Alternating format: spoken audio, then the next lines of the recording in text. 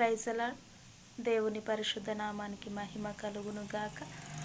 ఈ యొక్క చక్కటి అవకాశాన్ని ఇచ్చినటువంటి దేవాతి దేవుడికి నా యొక్క ప్రత్యేకమైనటువంటి వందనాలు తెలియజేస్తూ ఉంటున్నాను. ఈ సమయంలో పరిశుద్ధ గ్రంథంలో నుండి ఒక లేఖనాన్ని మనం చూసుకుందాం. 139వ కీర్తన 13వ వచనాన్ని చూస్తే, నా అంతరంద్రియములను నీవే కలుగజేసితివి, నా తల్లి గర్భమందు నన్ను నిర్మించిన వాడవు నీవే. నీవు నన్ను కలుగజేసిన విధము చూడగా భయమును ఆశ్చర్యమును నాకు పుట్టుచున్నవి. అందును బట్టి నేను నీకు కృతజ్ఞతాస్తుతులు చెల్లించుచున్నాను. అయితే ఈ యొక్క వాక్యము గురించి దావీదు గారు మాట్లాడుతూ ఉంటున్నారు. ఈ యొక్క వాక్యాన్ని మనం గమనించినట్లయితే, దావీదు గారు దేవుని సన్నిధిలో ఎంతో కృతజ్ఞత కలిగి జీవిస్తున్నట్టుగా ఆ యొక్క వాక్య లేఖన భాగము మనకు తెలియచేస్తూ ఉంటుంది. ఎందుకు ఆ విధమైనటువంటి కృతజ్ఞత కలిగి జీవిస్తూ ఉంటున్నారని మనం ఒకవేళ గమనించినట్లయితే, దేవుని యందు ఆయన మాట్లాడుతూ ఉంటున్నాడు.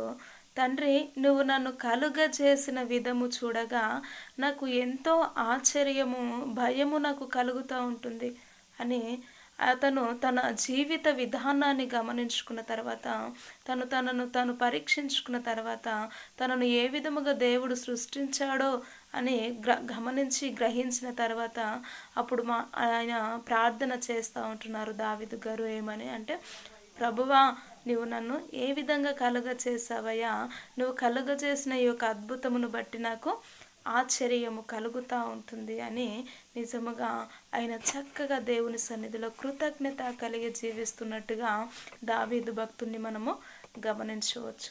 నిజముగా దావీదు భక్తుడే కాదు, కానీ ఈరోజు నిన్ను నన్ను కూడా దేవుడు నిర్మించినాడు. ఒకవేళ నిన్ను నీవు పరిశీలన చేసుకోవాలి. నిజముగా ఒక మనిషి తీరు మనిషి ఉండడం అసాధ్యము.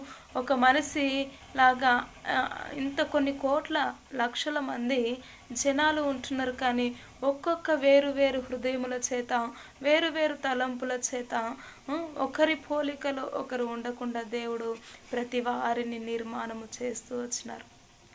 నిజముగా కదా, ఇది మనకు కూడా ఆశ్చర్యమునే కలిగిస్తూ ఉంటుంది.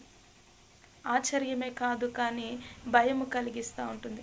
నిజముగా దేవుడు నిర్మించిన ఆ యొక్క అద్భుతమైనటువంటి నిర్మాణాన్ని, నీ యొక్క జీవితమును ఆ విధముగా సృష్టించినప్పుడు నిజముగా నీవు దేవునికి ఏ విధముగా విధేయతను కలిగి ఉంటున్నావో ఒకసారిగా నిన్ను నీవు పరిశీలన చేసుకోవాలి.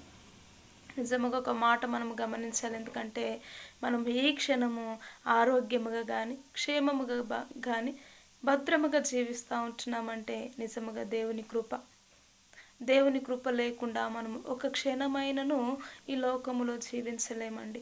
ఆయన పెట్టిన ఈ యొక్క కలుగజేసిన విధము అనగా, ఆయన పెట్టిన మన శరీరంలో ఇమిడి ఉన్న ప్రతి నరమును, కీలును, అటు హార్టును, ఆయన కిడ్నీలనైనా ప్రతి ఒక్క పార్టును మనం చూసుకున్నట్లయితే, ఏదో ఒక పార్టు మన యొక్క జీవితంలో పాడైపోతే అది బయట సెట్ చేస్తే, డాక్టర్స్ సెట్ చేస్తే ఎలా ఉంటుందంటే, కొన్ని లక్షల్లో కొన్ని కోట్లల్లో దాని విలువ ఉంటుంది.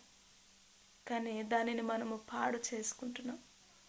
నిజముగా దేవుడు అద్భుతముగా నేను సృష్టించాడు. ఆయనను ఆ చేతుల చేత, హృదయము చేత సృష్టించాలి, ఆయనను స్తుతించాలన్న ఉద్దేశము చేత ఆయన నిన్ను నిర్మించాడు. కానీ నువ్వేమో ఆ యొక్క శరీరము చేత అనేకమైనటువంటి వ్యతిరేకమైనటువంటి పనులను చేస్తూ దేవుణ్ణి బాధ పెడతా ఉంటున్నావు. కానీ దావీదు భక్తుడు అంటున్నాడు, అయ్యా, నువ్వు నన్ను ఏ విధముగా కలుగజేసావయ్యా.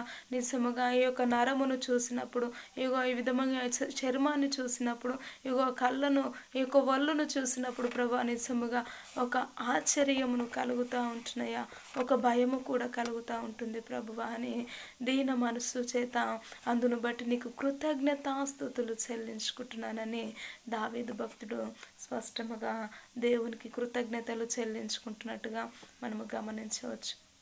దావీదు గారే కాదండి, మన జీవితంలో కూడా ఎల్లవేళల దేవునికి మనము కృతజ్ఞులమై ఉండాలి. ఎందుకంటే మనల్ని నిర్మించినందుకు ఈ క్షణము వరకు ఆరోగ్యము చేత, సమృద్ధి చేత, అన్ని విషయంలో ముందుండి మనల్ని నడిపిస్తున్నందుకు దేవునికి కృతజ్ఞతాస్తుతులు చెల్లించే వారమై ఉండాలి.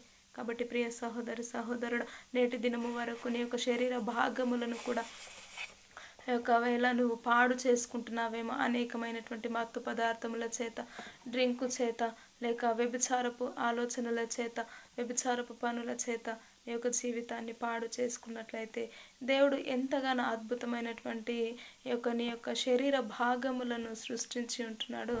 దానిని కలుగజేసిన విధము నీకు ఆశ్చర్యము కలిగించి, భయము కలిగించి, ఆయన సన్నిధిలో భయము వణుకు చేత జీవించే వారవై ఉండాలి. కాబట్టి ఈ సమయంలో అట్టి మనస్సు నీకు వచ్చేలాగున ప్రార్థన చేద్దాం. స్తోత్రము గనుడా, నీకు వందనాలు, స్తుతులు, స్తోత్రములు ప్రభా. నిజముగా ప్రభా, మీరు మమ్మల్ని కలుగ చేసిన విధమును చూడగా మాకు ఆశ్చర్యమును, భయమును కలుగుచున్నవయ్యా. అయా నీ సన్నిధిలో ప్రభువ మేము ప్రతి విషయంలో కృతజ్ఞతాస్తుతులు చెల్లిస్తూ అయా నీ సన్నిధిలో జీవించే వారమై ఉండుటకు నీ కృపను, నీ కనికరమును మీరు చూపించి నీ నామానికి మహిమ తెచ్చుకోమంటూ యేసుక్రీస్తు ఉన్నతమైనటువంటి నామములో ప్రార్థించి అడిగి వేడుకుంటున్నాము తండ్రి. Amen, amen. Praise the Lord. ఈ యొక్క వీడియో నచ్చినట్లయితే లైక్ చేయండి, షేర్ చేయండి, కామెంట్ చేయండి, సబ్స్క్రైబ్ చేసుకోండి. Praise the lord.